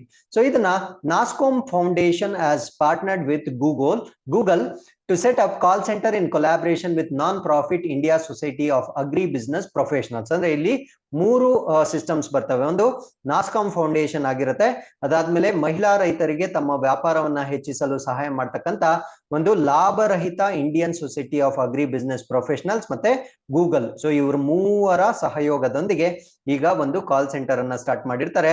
ಸೊ ಅದನ್ನ ನಾವು ಡಿಜಿವಾಣಿ ಅಂತ ಕರಿತೇವೆ. ಸೊ ಈ ಒಂದು ಡಿಜಿವಾಣಿಯನ್ನ ಮೊದಲು ಪೈಲಟ್ ಬೇಸಿಸ್ ಅಥವಾ ಪ್ರಾಯೋಗಿಕವಾಗಿ ಇದನ್ನ ಲಾಂಚ್ ಮಾಡ್ತಾ ಇದ್ದಾರೆ. So to connect to 20,000 rural farmers, ಅಂದ್ರೆ 20,000 ಗ್ರಾಮೀಣ ಮಹಿಳಾ ಉದ್ಯಮಿಗಳಿಗೆ ಆರಂಭವಾಗಿ ತಲುಪ್ತಕ್ಕಂತ ಒಂದು ಟಾರ್ಗೆಟ್ ಅನ್ನ ಇಟ್ಕೊಂಡಿರ್ತಾರೆ. ಸೊ ಇದಕ್ಕೆ 6 ರಾಜ್ಯಗಳನ್ನ ಇಲ್ಲಿ ಆಯ್ಕೆ ಮಾಡ್ಕೊಂಡಿರ್ತಾರೆ. ಯಾವ್ದಾವ್ದು ಅಂದ್ರೆ ಹಿಮಾಚಲ್ ಪ್ರದೇಶ್, ಉತ್ತರಾಖಂಡ್, ಉತ್ತರ ಪ್ರದೇಶ್, ಬಿಹಾರ್, ಹರಿಯಾಣ ಮತ್ತು ರಾಜಸ್ಥಾನಗಳನ್ನ ಆಯ್ಕೆ ಮಾಡಿಕೊಂಡು ಸೊ ಈ ಒಂದು ಪ್ರಾಜೆಕ್ಟ್ ಅನ್ನ ಈಗ ಪೈಲಟ್ ಬೇಸಿಸ್ ಅಲ್ಲಿ ಇನಿಷಿಯೇಟ್ ಮಾಡ್ತಾ ಇದ್ದಾರೆ. ಸೊ ಇದಕ್ಕೆ ಫಂಡಿಂಗ್ ಎಲ್ಲಿಂದ ಬರ್ತಾ ಇದೆ ಅಂದ್ರೆ ಗೂಗಲ್ ಇಂದ ಇದಕ್ಕೆ ಹಣಕಾಸನ್ನ ಒದಗಿಸ್ತಾ ಇದ್ದಾರೆ. ಸೊ ಗೂಗಲ್ ನಲ್ಲಿ ಬರ್ತಕ್ಕಂತ ಫಿಲಾಂಥ್ರೋಪಿಕ್ ಆಕ್ಟಿವಿಟೀಸ್ ಅಥವಾ ಲೋಕೋಪಕಾರಿ ಚಟುವಟಿಕೆಗಳು ಅಂತ ನಾವೇನ್ ಕರಿತೀವಿ, ಸೊ ಅದರ ಮುಖಾಂತರ ಇದಕ್ಕೆ ಬೇಕಾಗಿರ್ತಕ್ಕಂತ ಹಣವನ್ನ ಒದಗಿಸ್ತಾರೆ. DigiVaani call center has been set up at Delhi ಮತ್ತೆ ಲಕ್ನೋ ಆಫೀಸಸ್. ಸೊ ಈ ಒಂದು ಕಾಲ್ ಸೆಂಟರ್ ಗಳನ್ನ ದೆಹಲಿ ಮತ್ತು ಲಕ್ನೋ ಕಚೇರಿಗಳಲ್ಲಿ ಈಗ ಎಸ್ಟಾಬ್ಲಿಷ್ ಮಾಡಲಾಗಿರುತ್ತೆ.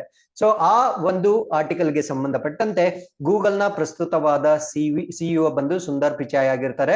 ಸೊ ಗೂಗಲ್ ಸ್ಥಾಪನೆ ಆಗಿರ್ತಕ್ಕಂಥದ್ದು 1998 ಅಲ್ಲಿ. ಸೊ ಇದರ ಹೆಡ್ ಕ್ವಾರ್ಟರ್ಸ್ ನ ನಾವು ಕ್ಯಾಲಿಫೋರ್ನಿಯಾ, ಯುನೈಟೆಡ್ ಸ್ಟೇಟ್ಸ್ ಅಲ್ಲಿ ನೋಡಬಹುದಾಗಿರುತ್ತೆ. ಸೊ ನಾಸ್ಕಾಮ್ ನ ನಾವು national association of software and service companies ಅಂತ ಕರಿತೇವೆ. ಸೊ ಇದರ ಪ್ರಸ್ತುತ ನಾಸ್ಕಾಮ್ ಚೇರ್ಮನ್ ಕೃಷ್ಣನ್ ರಾಮಾನುಜಂ, ಅದಾದ್ಮೇಲೆ ಇದರ ಪ್ರೆಸಿಡೆಂಟ್ ಬಂದು ದೇವ್ಜಾನಿ ಘೋಷ್ ಆಗಿರುತ್ತಾರೆ. ಸೊ ಇದರ ಹೆಡ್ ಕ್ವಾರ್ಟರ್ಸ್ ನವದೆಹಲಿಯಲ್ಲಿ ಇರುತ್ತೆ. ಇದು ಸ್ಥಾಪನೆ ಆಗಿರ್ತಕ್ಕಂಥದ್ದು 1988ರಲ್ಲಿ ಸ್ಥಾಪನೆ ಆಗಿರುತ್ತೆ.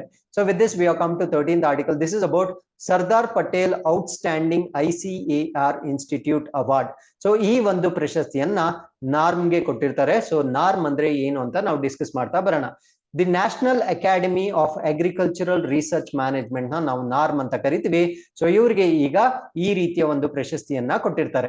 ಸೊ ಏನಕ್ಕೆ ಕೊಟ್ಟಿರ್ತಾರೆ ಅಂದ್ರೆ for it's over all performance, ಅಂದ್ರೆ ಇದರ ಒಟ್ಟು ಕಾರ್ಯಕ್ಷಮತೆಗಾಗಿ ಇವಾಗ ಸರ್ದಾರ್ ಪಟೇಲ್ ಅತ್ಯುತ್ತಮ ICAR ಇನ್ಸ್ಟಿಟ್ಯೂಟ್ ಪ್ರಶಸ್ತಿಯನ್ನ ಕೊಟ್ಟಿರ್ತಾರೆ. ಸೊ ಈ NAARM ಬಗ್ಗೆ ಹೆಚ್ಚಿನ ಮಾಹಿತಿಯನ್ನ ತಿಳ್ಕೊಳ್ಳೋದಾದ್ರೆ, ಇದು ಸ್ಥಾಪನೆ ಆಗಿರ್ತಕ್ಕಂಥದ್ದು 1976ರಲ್ಲಿ. ಇದರ ಕೇಂದ್ರ ಕಚೇರಿಯನ್ನ ನಾವು ಹೈದರಾಬಾದ್ ನಲ್ಲಿ ನೋಡಬಹುದಾಗಿರುತ್ತೆ. So NAARM was established by the Indian Council of Agricultural Research. So ಈ ಒಂದು ನಾರ್ಮ್ ನ Indian Council of Agricultural Research ಏನಿದೆ, ಸೊ ಅವರ ವತಿಯಿಂದ ಇದನ್ನ ಸ್ಥಾಪನೆ ಮಾಡಲಾಗಿರುತ್ತೆ. So with this we have come to inquest snippets. So ಇದರಲ್ಲಿ PV Sindhu wins maiden 2022 Singapore open title, ಅಂದ್ರೆ ಮೊಟ್ಟ ಮೊದಲ ಬಾರಿಗೆ PV ಸಿಂಧು 2022ರಲ್ಲಿ ಸಿಂಗಾಪುರ ಓಪನ್ ಪ್ರಶಸ್ತಿಯನ್ನ ಗೆದ್ದಿರ್ತಾರೆ. ಸೊ ಈ ಒಂದು ಟೂರ್ನಮೆಂಟ್ ಅನ್ನ ಸೂಪರ್ 500 ಟೈಟಲ್ ಅಂತ ಕರಿತಾ ಇದ್ವಿ. ಸೊ ಇದರಲ್ಲಿ ಮೆನ್ ಸಿಂಗಲ್ ಅಲ್ಲಿ ವಿನ್ ಆಗಿರ್ತಕ್ಕಂಥವ್ರು ಸಿನಿಸುಕಾ ಗಿಟಿಂಗ್ ಅಂತ ಕರಿತೀವಿ. ಇವರು ಇಂಡೋನೇಷಿಯಾದ ಪ್ರಜೆ ಆಗಿರ್ತಾರೆ. ಸೊ ಅದಾದ್ಮೇಲೆ SEBI approves appointment of BSE ಅಂದ್ರೆ ಬಾಂಬೆ ಸ್ಟಾಕ್ ಎಕ್ಸ್ಚೇಂಜ್ ಅಂತ ನಾವೇನ್ ಕರಿತೀವಿ. ಸೊ ಇದರಲ್ಲಿ ಆಲ್ರೆಡಿ ಕೆಲಸ ಮಾಡ್ತಾ ಇರ್ತಕ್ಕಂತ ಆಶೀಶ್ ಕುಮಾರ್ ಚೌಹಾನ್ ಅಂತ ನಾವೇನ್ ಕರಿತೀವಿ. ಸೊ ಇವ್ರನ್ನ NSE ಗೆ ಅಪಾಯಿಂಟ್ ಮಾಡಿರ್ತಾರೆ, ಅಂದ್ರೆ ನ್ಯಾಷನಲ್ ಸ್ಟಾಕ್ ಎಕ್ಸ್ಚೇಂಜ್ ಏನಿರುತ್ತೆ. ಸೊ ಅದಕ್ಕೆ ಇವಾಗ ಈ ಒಂದು ವ್ಯಕ್ತಿಯನ್ನ ಅಂದ್ರೆ ಆಶೀಶ್ ಕುಮಾರ್ ಚೌಹಾನ್ ರವರನ್ನ ಮುಖ್ಯಸ್ಥರನ್ನಾಗಿ ನೇಮಕ ಮಾಡಲಾಗಿರುತ್ತೆ. ಸೊ ಇವರ ಒಂದು ವಿಶೇಷತೆ ಏನು ಅಂದ್ರೆ ಆಶೀಶ್ ಕುಮಾರ್ ಚೌಹಾನ್ ರವರನ್ನ father of modern financial derivatives ಅಂತ ಕರಿತೀವಿ. ಅಂದ್ರೆ ಭಾರತದಲ್ಲಿ ಆಧುನಿಕ ಹಣಕಾಸಿನ ಉತ್ಪನ್ನಗಳ ಪಿತಾಮಹ ಅಂತ ನಾವು ಇವರನ್ನ ಕರೀತೇವೆ. ಸೊ ಅದಾದ್ಮೇಲೆ Tokyo to host 2025 world athletics championship. So 2025ರಲ್ಲಿ ನಡೀತಕ್ಕಂತ ವಿಶ್ವ ಅಥ್ಲೆಟಿಕ್ ಚಾಂಪಿಯನ್ಶಿಪ್ ಎಲ್ಲಿ ನಡೆಯುತ್ತೆ ಅಂದ್ರೆ ಟೋಕಿಯೋದಲ್ಲಿ ನಡೆಯುತ್ತೆ. ಸೊ ಅದೇ ರೀತಿ world athletic cross country championship ಇದು ಬೇರೆ ಟೂರ್ನಮೆಂಟ್ ಆಗಿರುತ್ತೆ. ಇದನ್ನ ನಾವು ಕ್ರಾಸ್ ಕಂಟ್ರಿ ಚಾಂಪಿಯನ್ಶಿಪ್ ಅಂತ ಕರಿತೀವಿ. ಸೊ ಇದು 2022ರಲ್ಲಿ ನಡೆಯುತ್ತೆ. ಸೊ ಇದು ಮೆಡುಲಿನ್ ಅಂಡ್ ಪುಲಾ ಇನ್ ಕ್ರೊವೇಷಿಯಾದಲ್ಲಿ ನಡೀಲಿಕ್ಕೆ ಈಗ ನಿರ್ಧಾರವನ್ನ ತೆಗೆದುಕೊಂಡಿರ್ತಾರೆ. ಸೊ ಅದೇ ರೀತಿಯಾಗಿ 2026ರಲ್ಲಿ ಈ ಒಂದು ಕ್ರಾಸ್ ಕಂಟ್ರಿ ಚಾಂಪಿಯನ್ಶಿಪ್ ಅನ್ನ ಫ್ಲೋರಿಡಾದಲ್ಲಿ ನಡೆಸಲಿಕ್ಕೆ ನಿರ್ಧಾರವನ್ನ ಮಾಡಿರ್ತಾರೆ. ಸೊ ಅದಾದ್ಮೇಲೆ 19th edition of world athletics championship will be held in Budapest in Hungary. 2023ರಲ್ಲಿ ಹಂಗೇರಿಯಲ್ಲಿ ಬರ್ತಕ್ಕಂಥ ಬುಡಾಪೆಸ್ಟ್ ನಲ್ಲಿ ನಡೆಸಲಿಕ್ಕೆ ನಿರ್ಧಾರವನ್ನ ಮಾಡಿರ್ತಾರೆ. ಸೊ ಇಲ್ಲಿಗೆ ಇವತ್ತಿನ ಎಲ್ಲಾ ಪ್ರಚಲಿತ ಘಟನೆಗಳು ಕಂಪ್ಲೀಟ್ ಆಗಿರುತ್ತೆ. With this we come to inquest challenge number 214. You can just pause the video, go through the questions and give us the answers. So once again, I'll meet you tomorrow with tomorrow's current affairs. Thank you very much for watching this video.